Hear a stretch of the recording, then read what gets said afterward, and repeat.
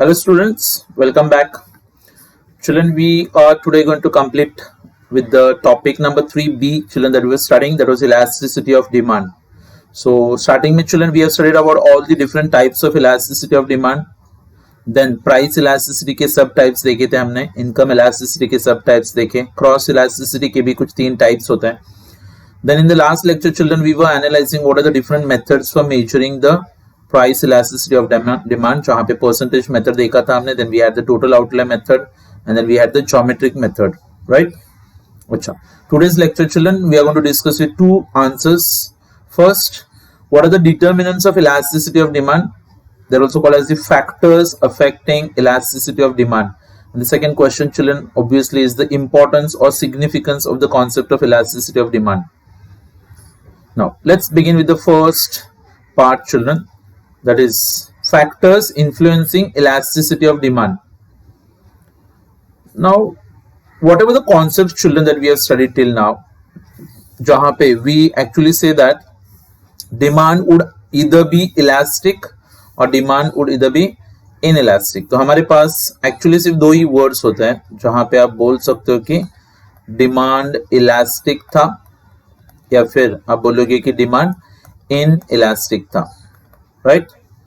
अच्छा. Now, what is the common general meaning of these words? Children, whenever there is a change in any of the determinants of demand, and when the demand will undergo a change as well, तो हम लोग बोलते हैं कि like elastic होता है demand. और demand के डिटर्मिनेंट्स बदलने के बावजूद अगर डिमांड पहले की जितना ही रहेगा तो आप क्या बोलोगे?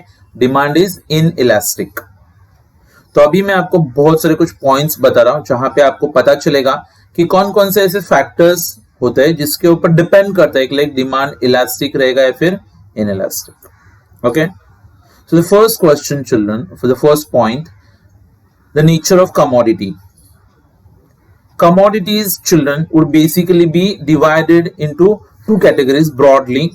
One, children, we call them as the necessities, right? एक को हम लोग क्या बुलाते हैं यहाँ पे? necessities. और जो दूसरा होता है बच्चों लोग, जिसको हम लोग बोलते हैं comforts and luxuries.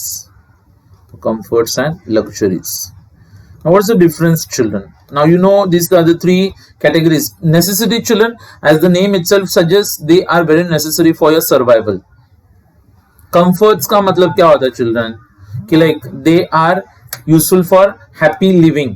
जैसे कि children staying in a place like Mumbai, then having a fan at your house, children, would be actually your necessity because you can not survive without that.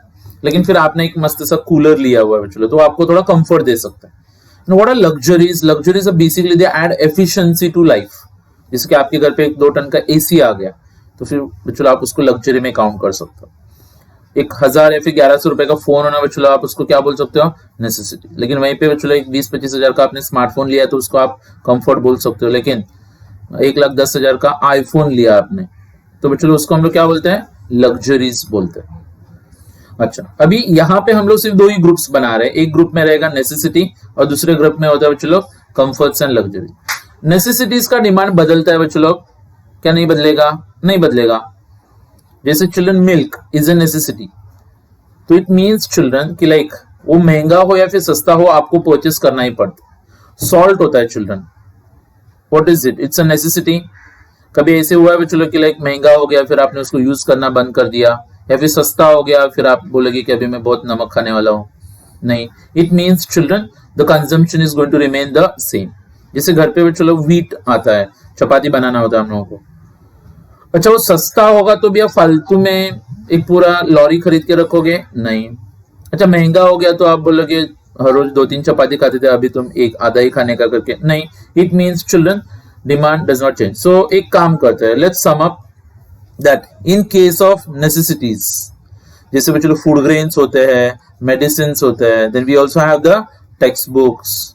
Demand children is going to be relatively inelastic.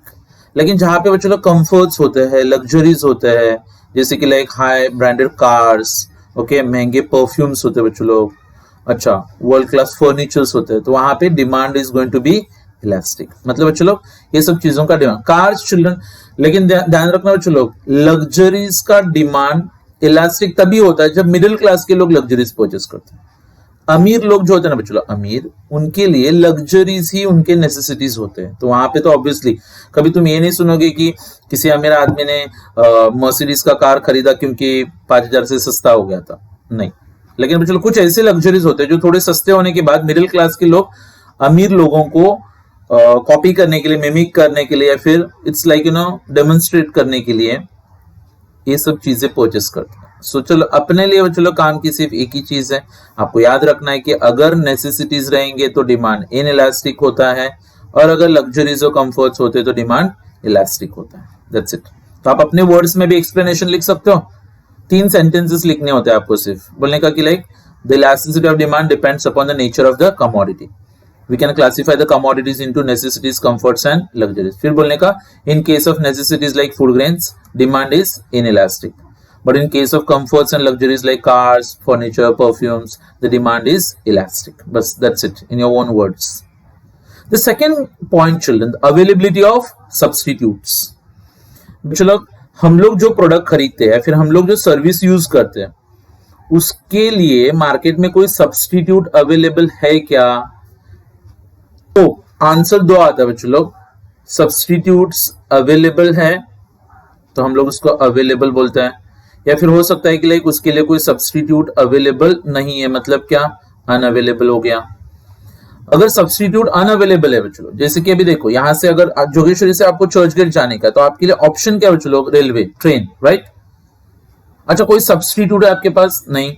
तो कल जाके railway वाले लोगों ने बोला कि like यहाँ से चर्चगेट जाने के लिए 50 रुपए लगेंगे और वापस आने का आपको तो 100 रुपए लगेंगे, तो आप क्या कर सकते हो? आप बोलोगे नहीं फिर मैं ओला या फिर उबर से जाएगा, नहीं, उसमें और एक 0 डालना पड़ेगा फिर। अच्छा सपोज फॉर एग्जांपल के लिए एक ऑप्शन बचता है साइकिल, लेकिन फिर वापस नहीं आ पाओगे आप। ऑटो, वो वाला से आपको बैंड्रा तक लेके जाता है, उसके आगे नहीं जाएगा। मतलब आप कुछ भी करो, आपको रेलवे से ही जाना है। आपने देखा कि रेलवे का प्राइस बढ़ गया बच्चों लोग, तो भी हम लोग रेलवे यूज करते सर्विस, मतलब डिमांड बदला नहीं। और कल जाके उन्होंने बोला कि चलो, मोदी जी ने बोला अच्छे दिन आ गए, अभी 2 रुपए में चर्चगेट जाओ, तो भी आप बोलोगे बहुत सस्ता हो गया, अभी मैं बहुत चर्चगेट जाने वाला हूं करके। नहीं, जरूरत नहीं तो क्यों जाओगे? मतलब आपने देखा महंगा होने पे डिमांड कम नहीं होता है, सस्ता होने पे डिमांड बढ़ता भी नहीं है। इसका मतलब सब्सटीट्यूट अनअवेलेबल होने पे demand children is going to be inelastic. Okay, लेकिन इमेजिन करना बच्चों लोग कि लाइक अपना जो गवर्नमेंट का रेलवेज है, उसके वो बाजू में टाटा ने अपना रेलवे चालू कर दिया और ये बाजू ने रिलायंस ने अपना रेलवे चालू कर दिया है। वजह से ये ऑटो वाले चिल्लाते हैं ना मेघवाड़ी मजासवाड़ी करके, वैसे इमेजिन करने के लिए कि रेलवे वाले लोग भी चिल्ला रहे विराट चर्चगेट, विराट चर्चगेट। तो आप क्या करोगे? जो सस्ता दोगे देगा उसकी तरफ जाओगे आप, क्योंकि सब्सटीट्यूट अवेलेबल हो गया children. And that's why we say that demand is going to change, that means demand will become elastic. पहले एक टाइम था चलो जब हम लोगों को सिर्फ रिलायंस का इलेक्ट्रिसिटी मिलता था, कुछ ऑप्शन नहीं था, तो आप कितना भी गाली दो लेकिन फिर बिल तो उनको ही देते थे हम लोग। लेकिन एक टाइम आ गया जब गवर्नमेंट ने टाटा को अंदर एंट्री दिया, मतलब सब्सटीट्यूट अवेलेबल हो गया। अभी आप बताओ, टाटा जैसे ही मार्केट में आया, अभी आप क्या करोगे? रिलायंस का बिल ज्यादा आ गया तो आप रिलायंस को टाटा कर सकते हो, राइट। और अगर टाटा का बिल ज्यादा आ गया तो आप टाटा को भी टाटा कर सकते हो। मतलब it means children that demand is become elastic. तो चलो यहाँ पे ढूंढते हैं वहां पे क्या लिखा है उन्होंने। यस, अगर किसी कमोडिटी के लिए सब्सटीट्यूट्स अवेलेबल है तो demand will be elastic, right. अच्छा, secondly children, but commodities having no close substitutes, मतलब अगर कोई कमोडिटी के लिए क्लोज सब्सटीट्यूट अवेलेबल नहीं रहेगा तो demand is going to be inelastic. तीसरा पॉइंट है बच्चों नंबर ऑफ यूजेस। किसी भी कमोडिटी के बच्चों या तो a commodity might have a single use, या फिर हो सकता है बच्चों लोग एक ही कमोडिटी और उसके बहुत सारे यूजेस, जिसको हम लोग बोलते हैं मल्टीपल यूजेस। अगर एक कमोडिटी है उसका सिंगल यूज है बच्चों तो उसको तो खरीदना ही पड़ता है। और दूसरी बात क्या होती है बच्चों लोग, जैसे कि हम लोग एक चॉक यूज करते हैं ना बोर्ड पे लिखने के लिए, उसका यूज क्या है? सिंगल। तो बच्चों लोग उसका डिमांड क्या रहेगा फिर? इनइलास्टिक, मतलब आपको परचेस करना ही पड़ता है ना। और फिर वो सस्ता हो गया तो हम लोग फालतू का ज्यादा चॉक परचेस भी नहीं करने वाले हैं, क्योंकि सिंगल यूज आता है। लेकिन अगर एक आध कमोडिटी बच्चों लोग मल्टीपल यूजेस में आता है, इलेक्ट्रिसिटी, तो इलेक्ट्रिसिटी सस्ता होने पे इलेक्ट्रिसिटी का यूज बढ़ जाता है, और इलेक्ट्रिसिटी अगर महंगा हो गया तो हम लोग इलेक्ट्रिसिटी का यूज कम करते हैं, जिसका मतलब मल्टीपल यूजेस के साथ demand is going to be elastic. तो very simple children, single use inelastic demand, multiple use रहेगा तो इलास्टिक डिमांड। वाटर, जैसे बच्चों लोग अभी हम लोग को बीएमसी बहुत सस्ते में पानी देता है, अभी उसके मल्टीपल यूजेस आते हैं, राइट। अच्छा, व्हाट इट मीन्स चिल्ड्रन कि लाइक इफ वाटर, बच्चों लोग 1000 लीटर पानी का कुछ 2 रुपीज और 64 पैसे चार्ज किया जाता है। तो यहाँ पे एक बात पता चले कि लाइक बहुत सस्ता है, तो आप जैसे चाहे वैसे वेस्ट करते हो तो ज्यादा यूज। कल जाके उन्होंने बोला तो 1 लीटर का 10 रुपए लगेगा, तो आप क्या करोगे, फिर लॉक बिठा दोगे टैप में, कोई यूज ना करे करके, मतलब आपने यूज कम कर दिया। सो single use inelastic, multiple use elastic. Fourth children is it depends upon what are the different habits. अभी जो चीजों का आपको हैबिट होता है बच्चों, जैसे कि there are some addicted goods, जैसे चाय, सबको एडिक्शन होता है चाय का, ड्रग्स, लीकर, हाँ तो ध्यान रखने का बच्चों, ये सब चीजों का डिमांड क्या होता है, इनइलास्टिक, मतलब बदलता नहीं है। बदलता नहीं है क्यों? क्योंकि वो आदत है, अगर बदलेगी तो आप उसको आदत नहीं बोल पाओगे। So that is why children we say the demand for habits is relatively inelastic. Okay, अच्छा, then children point number 5 which is talking about durability. Durable goods या तो फिर पेरिशेबल गुड्स होते हैं, तो ठीक है एक काम करते हैं, ये हो गए durable goods and then children these are the perishable goods. Okay, तो suppose if you are talking about durable goods, तो ड्यूरेबल गुड्स का डिमांड चिल्ड्रन है जनरली इलास्टिक, राइट। लेकिन जो पेरिशेबल गुड्स होते हैं बच्चों लोग, उसका डिमांड हमेशा क्या रहेगा, इनइलास्टिक। जैसे कि बच्चों लोग मिल्क पेरिशेबल है, vegetables are also perishable, so in those cases we say that demand will be inelastic. लेकिन जो फर्नीचर होता है बच्चों लोग, वॉशिंग मशीन्स होते हैं, टीवी होते हैं, वो सबका डिमांड क्या आता है, इलास्टिक आता है, क्योंकि वो कैसे होते हैं, ड्यूरेबल। ओके, अच्छा, then children point number 6 is talking about complementary goods. Complementary का मतलब क्या होता है कि बाकी कमोडिटीज के कंजंक्शन में उनको यूज किया जाता है in order to satisfy a single want. आपकी जरूरत एक है, लेकिन आपको उसको सेटिस्फाई करने के लिए एक से ज्यादा कमोडिटीज की जरूरत पड़ती है। जैसे बच्चों, अगर बाय चांस मार्केट में मोबाइल्स का प्राइस कम हो गया, तो सडनली आपको पता है बच्चों, सिम कार्ड्स का डिमांड बढ़ जाएगा, राइट। अच्छा, या फिर मैं ऐसे भी बोल सकता हूँ, हैंडसेट्स का अगर डिमांड बढ़ गया तो सिम कार्ड्स का डिमांड बढ़ेगा। अगर सिम कार्ड्स का डिमांड बढ़ गया तो ऑटोमेटिकली इंटरनेट का भी डिमांड बढ़ता है। तो आपने देखा एक चीज का डिमांड दूसरी चीज के ऊपर डिपेंड करता है। So here you would actually say that demand is inelastic. So complementary goods का demand children would generally be inelastic. Okay, अच्छा, then the income of the consumer. Income of the consumer का मतलब क्या होता है, either people will be highly rich people or secondly people may be very poor। तो rich लोगों के case में डिमांड बच्चों लोग ध्यान रखने का इनइलास्टिक होता है, क्योंकि उनको कुछ फर्क नहीं पड़ता है कि प्राइस बढ़ गया है फिर कम हो गया। गरीब लोग कैसे बच्चों लोग, जब चीजें सस्ती होती है तो खरीदने के लिए भागते हैं, जब महंगी होती है तो वहां से भागना चालू करते हैं। तो इसका मतलब demand is going to be elastic. Okay, हाँ, लेकिन ध्यान रखना बच्चों लोग कि यहाँ पे कि very rich people and extremely poor people, बहुत ज्यादा अमीर लोग, बहुत ज्यादा गरीब लोग, उनको तो ज्यादा तो कुछ फर्क भी नहीं पड़ता बच्चों। So they are least affected children we can say. So very rich, very poor, no affect we can say, और नो इफेक्ट। अच्छा, फिर क्या दिया यहाँ पे point, the next point children that is talking about urgency of needs. जो चीजों की आपको अर्जेंट जरूरत होती है बच्चों लोग, उसका डिमांड हमेशा क्या आएगा, इनइलास्टिक, बराबर। जैसे बच्चों लोग, जब भी हम लोग किसी पेशेंट को हॉस्पिटल में लेके जाते हैं, तो डॉक्टर लोगों का ना स्टार्टिंग में आपको कुछ एकदम खतरनाक ऐसे वर्ड चिपकाते, बोलेंगे कि एकदम क्रिटिकल सिचुएशन है, इसको आईसीयू में डालना पड़ेगा। उन्होंने आपको क्या दिखाया कि चीज बहुत अर्जेंट है, फिर आप बोलोगे किधर भी डालो उसको, लेकिन जिंदा रखना कर, क्योंकि अर्जेंट था। लेकिन वहीं पे बोलेंगे कि अरे बिल्कुल ठीक है, इसको कुछ नहीं होने वाला है, बस इसको थोड़ा टाइम पास के लिए हम लोग आईसीयू में डाल देते हैं करके, फिर आप बोलेंगे मेरे घर पे भी आईसीयू में लेके जा रहा हूँ उसको। अच्छा, मतलब जब चीजों का, जैसे भी चलो पता है, whenever someone is very like terminally ill और ब्लड की जरूरत होती है बच्चों, तो ब्लड बहुत महंगा भी दे सकते हो लोग, यस। और जो चीजों का डिमांड बच्चों लेस अर्जेंट होता है, उसका डिमांड इलास्टिक आता है। अभी आप एक दिन एग्जाम के लिए जा रहे थे, बोर्ड एग्जाम था, और वहां पे पहुंचने के बाद पता चला आपको कि आप पेन भूल के आए हो, फिर यहाँ वहां पे आपने देखा एक शॉप दिखा, वहां पे आप गए, एक ही शॉप था, फिर आपने बोला कि देखो बोर्ड एग्जाम के लिए जा रहा हूँ, लेट हुआ है, पेन भूल गया हूँ, जल्दी से एक पेन देना। फिर आपने उसको 10 रुपए आगे किए, वो बोलता है कि 50 रुपए लगेगा, मतलब वो फायदा उठा रहा है, क्योंकि आपने सब अपना मजबूरी बता दिया ना, क्या बोर्ड एग्जाम के लिए जा रहा हूँ, लेट हुआ है, पेन भूल के आओ, जल्दी से एक पेन देना, अर्जेंट है। 50 रुपए बोलेगा तो भी लेना पड़ेगा ना। अब बोल सकते हो क्या कि नहीं पेन तो ही रख, मैं बाद में अक्टूबर में आता हूँ, नहीं। 100 रुपए बोलेगा तो भी आप दे दोगे। लेकिन आप पंकज क्लासेस या विदेश क्लासेस में लेक्चर के लिए आ रहे थे, फिर आपको पता चला कि आप पेन भूल गए हो, फिर आपने जाके बोला कि लेक्चर के लिए लेट हो रहा है और जल्दी से एक पेन देना। अभी वो अगर 10 रुपए का 50 बोलेगा तो फिर आप बोलेगे जाने दो, लेक्चर ही नहीं बैठूंगा मैं। मतलब क्या हो, चलो वहां पे आपने डिमांड को चेंज किया। सो अर्जेंट चीजों का डिमांड इन इलास्टिक होता है, लेस अर्जेंट चीजों का डिमांड इलास्टिक होता है। और lastly children we talk about the time period. तो मैं आपको यहाँ पे एक शॉर्ट में एक चीज बता रहा हूँ, दो टाइम पीरियड्स होते हैं चिल्ड्रन, इधर it's a short run period और secondly children it will be a long run period. Short run में बच्चों जनरली डिमांड चेंज नहीं होता। जैसे कि अगर मैं कार में से घर पे आ रहा था, फिर पेट्रोल खरीदते वक्त मेरे को पता चला कि अरे जो पेट्रोल 88 रुपीज का था वो 92 रुपीज का हो गया, तो मैं आते आते मतलब क्या रास्ते में कार बेच के आऊंगा क्या? नहीं, कुछ दिनों तक तो वो कार मेरे पास रहेगा, कुछ दिन तक तो मैं पेट्रोल परचेस करने वाला ही हूँ।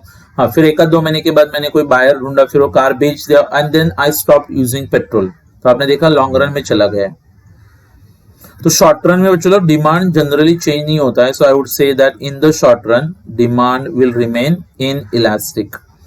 लेकिन जैसे ही डिमांड को थोड़ा टाइम मिलता है तो डिमांड खुद को एडजस्ट कर लेता है। So in the long run children we say that the demand will be elastic. So here it's written children कि जनरली लॉन्गर सिचुएशन में elasticity of demand will be greater. Okay, हाँ, but at the same time children कि अगर वो short run period रहेगा तो फिर elasticity of demand will be less. अब इसी चीज को चलो उन्होंने यहाँ पे एक टेबल के जरिए दिया, तो आप उतना टेबल भी बाहर करोगे तो भी काफी रहेगा। अवेलेबिलिटी ऑफ फैक्टर्स में क्या बोला देखो, abundant elastic, less in elastic. Nature of commodities में नेसेसिटीज इन इलास्टिक, लग्जरीज रहेगा तो इलास्टिक। हैबिट्स में चलो हैबिट रहेगा तो इन इलास्टिक, हैबिट नहीं रहेगा तो इलास्टिक। टाइम पीरियड में शॉर्ट रन में इन इलास्टिक, लॉन्ग रन में इलास्टिक, राइट। अच्छा, देन चिल्ड्रन पोस्टपोनमेंट पॉसिबल है क्या? नहीं है कि कभी क्या क्या आप ऐसे भी तो बोल सकते हो कि हाँ ठीक है अभी नहीं बाद में। अच्छा, अभी नहीं बाद में चलो तो फिर ध्यान रखना पॉसिबल है पोस्टपोन करना तो इलास्टिक। आप पोस्टपोन नहीं कर सकते, अभी का अभी चाहिए आपको, मतलब in elastic. Number of uses में सेवरल यूज रहेगा तो इलास्टिक, सिंगल यूज रहेगा तो चलो in elastic. Okay, so these are some of the points that we have there. Clear? So exam children, if you get the question, explain the different determinants of elasticity of demand. So those are the different points that you can explain out. The last point children that we are discussing here is the importance of the elasticity of demand. But chalo elasticity of demand का पूरा एक concept is very useful to the producers, farmers की बात कर लो आप, workers भी होते हैं बच्चों लोग, and very important to the government. मतलब even like Lord Maynard Keynes children, उन्होंने भी एग्री किया था, एडमिट किया था कि अल्फ्रेड मार्शल ने जो इलास्टिसिटी ऑफ डिमांड का कॉन्सेप्ट इन्वेंट किया था, ये बहुत बड़ा कंट्रीब्यूशन था इकोनॉमी के फील्ड में। तो चलो जरा देख लेते हैं कि लाइक प्रैक्टिकली कहाँ पे यूज किया जाता है इलास्टिसिटी ऑफ डिमांड का कॉन्सेप्ट। अच्छा, पहला importance to a producer, producers को काम आता है। अच्छा, प्रोड्यूसर को जब अपने प्रोडक्ट का प्राइस डिसाइड करना होता है ना, मैंने एक प्रोडक्ट प्रोड्यूस किया, चलो अभी मुझे फिक्स करना है कि उसका कीमत कितना रहेगा, तो सबसे पहले मैं तय करता हूँ। इट्स वेरी सिंपल चिल्ड्रन, मुझे पता है कि मैं जो प्रोडक्ट बेच रहा हूँ उसका डिमांड मार्केट में क्या है, इन इलास्टिक। या फिर हो सकता है कि मैं जो प्रोडक्ट बेच रहा हूँ मार्केट में उसका डिमांड कैसा है, elastic. Now both this situations, अगर मेरा प्रोडक्ट बिकने वाला ही है तो फिर I am going to charge higher price. Okay, लेकिन मेरे को पता है चलो कि अगर महंगा करूंगा तो बिकेगा ही नहीं, तो फिर मैं क्या थोड़ा कम प्राइस चार्ज करता हूँ। तो आपने नोटिस किया यहाँ पे like demand is inelastic, high price. अब क्या बताओ चलो, we have been very badly habituated to the use of internet. तो चलो इंटरनेट का पैक कितना भी महंगा हो कितना भी सस्ता हो, हम लोग उसको यूज कर ही रहे हैं। क्यों बताओ चलो, क्योंकि उसका डिमांड इन इलास्टिक हो गया। सो यहाँ पे देखते हैं कहाँ पे कंक्लूजन दिया हुआ है कि जहां पे किसी प्रोडक्ट का डिमांड रिलेटिवली इन इलास्टिक होगा तो the consumer is going to, producer is going to fix a higher price. Okay, और उसका वाइस वर्सा मतलब क्या हो गया बच्चों कि डिमांड अगर इलास्टिक है then will be fix a lower price. तो बच्चों ध्यान रखने का, प्रोड्यूसर्स या फिर जो मोनोपोलिस्ट होते हैं वो डिस्क्रिमिनेट भी कर सकते हैं। उनको पता होता नहीं कि लाइक अमीर लोगों का डिमांड इन इलास्टिक है तो अमीर लोगों से लोग ज्यादा प्राइस ले सकते हैं। अच्छा, गरीब लोगों का डिमांड अगर इलास्टिक होता है बच्चों तो गरीब लोगों से लोग थोड़ा क्या कम प्राइस चार्ज करते हैं। सो ultimate conclusion says that children कि लाइक अगर डिमांड इन इलास्टिक है महंगा बेचो, इलास्टिक है तो सस्ता बेचो। यही concept children is used on a large scale by the government. Government का पूरा टैक्स का पॉलिसी इसके ऊपर बेस्ड होता है। मतलब जिन कमोडिटीज का डिमांड रिलेटिवली इनइलास्टिक है उनके ऊपर गवर्नमेंट ज्यादा टैक्स लगाएगी, क्योंकि उनको पता होता है डिमांड को इफेक्ट होने वाला नहीं है क्योंकि डिमांड इनइलास्टिक है। लेकिन कुछ चीजें होती है बच्चों जिसका डिमांड मार्केट में इलास्टिक होता है तो गवर्नमेंट उसके ऊपर कम। अभी हमने बात की थी हैबिट्स के बारे में, आपको पता है चलो लीकर, टोबैको, ये सब चीजों के ऊपर इतना खतरनाक टैक्स होता है ना। जैसे चिल्ड्रन की life example, you will not मतलब बीडीज वगैरह, उसके ऊपर चलो इमेजिन करना, मतलब 28% जीएसटी इंपोज करने के बाद में भी 290% का सेस इंपोज किया जाता है बच्चों उसके ऊपर, highly tax. Why? Because habituated. हमने क्या पढ़ा है बच्चों, हैबिचुएटेड गुड्स का डिमांड क्या होता है? इनइलास्टिक। अच्छा, तीसरा पॉइंट है बच्चों important in factor pricing. Factors मतलब आपको पता है बच्चों, when we talk about land, labour, capital, enterprise, ये सबको हम लोग क्या बुलाते हैं? Factors of production. अभी इसमें जनरली बच्चों we talk about labour and capital या फिर लैंड। अच्छा, सपोज चिल्ड्रन कि जिन फैक्टर्स ऑफ प्रोडक्शन का डिमांड इनइलास्टिक है, ओके, जिन फैक्टर्स ऑफ प्रोडक्शन का डिमांड इनइलास्टिक है, तो बताने की जरूरत नहीं बच्चों लोग कि the producer will be ready to pay higher price, okay. हाँ, लेकिन अगर डिमांड इलास्टिक रहेगा तो बच्चों फिर कम प्राइस मिलता है। जैसे बच्चों चार्टर्ड अकाउंटेंट्स कैसे लिमिटेड होते हैं सप्लाई में और उनके लिए कुछ ऑप्शन नहीं होता है ना, ऑल्टरनेटिव्स, तो that is why they get higher wages, right. हाँ, so if the demand for the product produced by them is relatively inelastic. अच्छा, लेकिन वहीं पे एक आध फैक्टर प्रोडक्शन ऐसी चीज प्रोड्यूस करता है जिसका डिमांड इलास्टिक है, तो फिर उसको सैलरी जो मिलेगा वो क्या रहेगा? सस्ता रहेगा फिर, ओके। अच्छा, then children importance in foreign trade. Foreign trade में भी कॉन्सेप्ट बहुत काम आता है बच्चों। जब हम लोग कुछ कमोडिटीज एक्सपोर्ट करने के लिए जाते हैं और जो कमोडिटी हम लोग एक्सपोर्ट करें उसका उस देश में डिमांड कैसा है? Inelastic, so we can raise the prices. जैसे हम लोग कुछ अल्फांसो मैंगोज एक्सपोर्ट करते हैं ना, तो अल्फांसो मैंगोज एक्सपोर्ट करते हो, हम लोग को पता है कि लाइक फॉरेन कंट्रीज में लोग खरीदने वाले ही है, तो फिर आप महंगा बेचो क्योंकि ऑप्शन नहीं है ना इंडियन अल्फांसो के लिए। जैसे organisation of petroleum exporting countries children, which is in short refer to as OPEC. अच्छा, वो लोगों को पता है चलो कि लाइक उनको पता है कि दुनिया को ऑयल बेचने का काम वो लोग ही करे, और फिर ऑयल का डिमांड हर एक देश में कैसे होता है? रिलेटिवली इनइलास्टिक, और इसलिए पता है चलो they keep on continuously raising the prices of oil. Several times they have raised the prices, children.